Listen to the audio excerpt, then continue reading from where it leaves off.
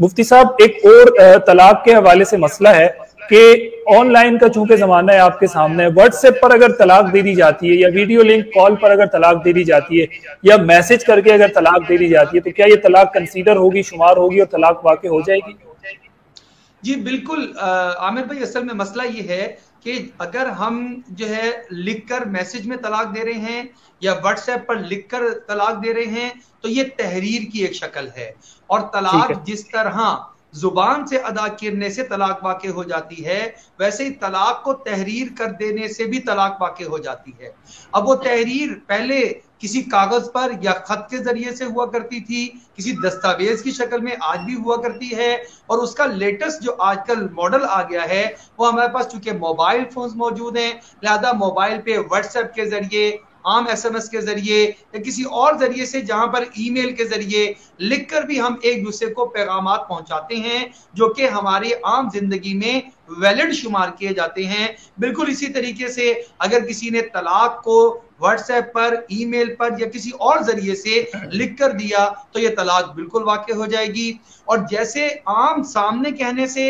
या किसी लोगों के सामने कहने से, जुबान से अदा करने से तलाक वाक़ई हो जाएगी, बेआई नहीं ऐसे ही वीडियो कॉल के जरिए या वीडियो जो है वो अगर बना दिया, एक क्लिप बना दिया, वो बनाकर भेज दिया, उसके जरिए से ये भी बिल्कुल वैलिड होगी और ये भी तलाक वाक़ई हो जाएगी।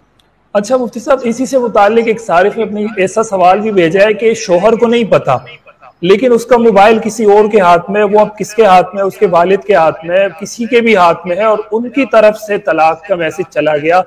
नंबर शोहर का इस्तेमाल किया जा रहा है। ये बड़ा अहम सवाल है। शोहर के नंबर से बीवी को मैसेज जा रहा है और तलाक का मैसेज जा रहा है या तलाक के कलिमात जा रहे हैं, लेकिन शोहर को पता भी नहीं है इस किस्म के किसी मैसेज का। इस सूरत में क्या हुक्म होगा? देखिए, आप बहुत हैरान होंगे कि शरीयत मुताहरा ने ऐसे कवानीन मुरतब किए हैं कि जिसके अंदर एक तरफ तो इंतहाई एहतियात का पहलू मद्देनजर रखा जाता है और दूसरी तरफ किसी का किसी भी सूरत में हक ना मारा जाए, इसका भी पूरा पूरा ख्याल रखा जाता है। चुनांचे तलाक के, निकाह के मामलात, इसके अंदर आमतौर पे गवाहों का मौजूद होना, इसको इसीलिए जरूरी समझा जाता है ताकि इसमें किसी किस्म का इख्तलाफ वाक़ई ना हो। निकाह का तो आपको पता है कि बगैर गवाहों के निकाह हो ही नहीं सकता, लेकिन तलाक के बारे में भी कुरान के अहकामात और हदीस मुबारका के अहकामात हम पढ़ें तो उसके अंदर हमें यह बात मिलती है कि तुम अपने में से 2 लोगों को गवाह बना लो अगर तुम तलाक देने लगे हो। लेकिन अगर कोई ऐसी शक्ल है, कोई ऐसी सूरत हाल है कि जब के आदमी ने ना तो गवाह उसके मौजूद हैं और ना ही बीवी बिल्कुल सामने मौजूद है कि उसको सामने